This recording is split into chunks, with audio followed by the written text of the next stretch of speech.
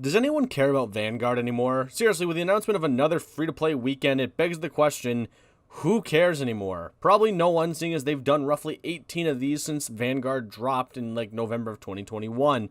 Obviously, it's the new Call of Duty, so people are definitely logging on every day, but not because I think they enjoy it, but the likelihood of players hopping on this game for anything at this point is for nothing other than just grinding weapons for Warzone, and it's very unlikely anyone's trying to play it because they care. Because, well, the game's bad, which coming from a guy who back in November with a lot of other people said the same thing, that this could potentially be one of the best Call of Duties when it launched. Boy, we were wrong. So, stupid us. I'm well aware the free access is an ongoing thing because it's not actually a weekend, but instead a full week. So, might as well just clear that up. And I'm a guy who loves free stuff, but this is the equivalent of going into someone's comment section and begging for subs and views. Like, just screw, man. But what's not to like about Vanguard, you may ask? Well, besides the bad spawns, crap updates, a worse gunsmith, stupid perks, a frustrating skill-based matchmaking system, blah, blah, blah, you don't care. You're not even on the side of defending Vanguard. Let's just not kid ourselves here. Like I said, when the game launched, the game felt pretty well done, and I think could have been one of the better Call of Duties. Obviously, it had issues, which I usually give a month for them to at least patch, because a multi-billion-dollar company run by one of the most women-respecting people in the industry could easily get these things fixed in a pretty timely manner. Well, they didn't. Instead, the issues got worse or lingered as the developer went on a long Christmas break, which still baffles me. Not the fact that a company gives out long breaks for their employees, especially after COVID. I think everyone needed a break there. But the fact that you just released one of the biggest games of the year, and then, I'ma head out that shit. Like, what? You just kind of abandoned all of us to play this nightmare? Obviously, the story is a bit ridiculous. I think it's some sort of alternate reality or something. I don't know, man. Either way, I think the biggest takeaway is that Charlie from Lost is in this game, and the guy Webb contributed whatever any player on the Red Sox contributes to the organization. Seriously, how in fuck's name do you guys lose this bad? There should be like a mercy rule in baseball for like the amount of suckage that went on in this game. A guy was literally making a mixed drink in the dugout because you're that bad. Goddamn poverty franchise. God damn it. Anyway, there's a lot wrong with the story. It's very weird. I believe things added up to a very laughable ending and something involving zombies.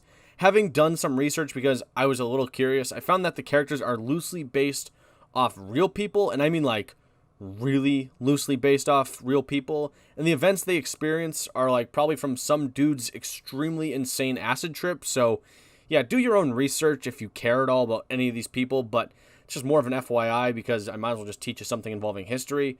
Zombies is lazy trash. That's it. I've made like crap loads of videos on it, but the multiplayer, the multiplayer, it f***ing sucked. God, I love using that clip. I pretty much mentioned everything wrong already, so no need to beat a dead horse, but I think where the game truly failed, and I mentioned it earlier, was how its players were kind of left in the dust. Obviously, the game has issues, that is very clear, especially now, all of which are fixable, but I think this game suffered from the developers dropping a load on our chests, leaving, and to eventually come back and then do it again. Meaning, the game launched, it had issues, the developers went on some sort of sabbatical, came back, pretty much did fuck all, released okay content, still fixed pretty much nothing, it was pretty bad, but then dropped more micro DLC along the way. I would also love to know whose idea it was to do this Kong vs. Godzilla event. Don't get me wrong, while I've come around to this idea of these just existing in the game, in no way should it ever impact the story that's being told. One thing I loved about Modern Warfare and Black Ops, their stories, is that they seem to tie into each other, making it seem like everything is intertwined. But nope, Vanguard just done messed that up. Also, the Howard being alive thing after he died in the campaign, spoilers. Man, there's so much wrong with this story and Warzone and everything. Oh, I gotta do a quick thing, because I feel like this is about to become somewhat of a tradition when talking about Vanguard for me, because I want to make sure the message is relayed to the developers and to you as the player. Fuck this map. Gondola is still unequivocally the worst map I've ever seen exist in the Call of Duty franchise, ever. Awful. Just awful.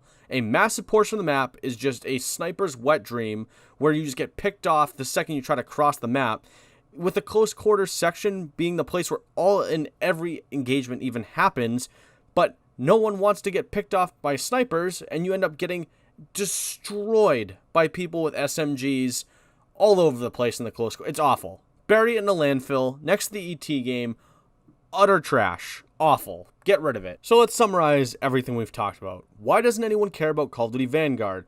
I think it's for a slew of reasons. One, it's a World War II Call of Duty, and generally they don't do as well in comparison to Modern Warfare or Black Ops titles. It's just the way it works. No matter how much you try to modernize a World War II game, it just does not work for Call of Duty games.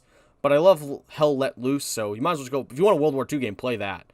Two, the developers made an extremely bad impression post-launch and never recovered. Again, the developer pretty much went on vacation, and that ended up ruining this game. It had a lot of promise, but fell apart with no one there to even just jump on the key issues. Three, a lot of the post-launch content, pretty underwhelming. Pretty much garbage and micro DLC. That's why I think no one cares about Vanguard and is even playing it, and hence why they just keep doing these stupid free trials. It can be great if you're doing them every now and then. But then in this situation, it feels more like an act of desperation to bring more revenue in because you're just constantly losing it from this one game. Because again, no one cares about this game, which is kind of sad because, like I said, it had some serious potential to be a good game.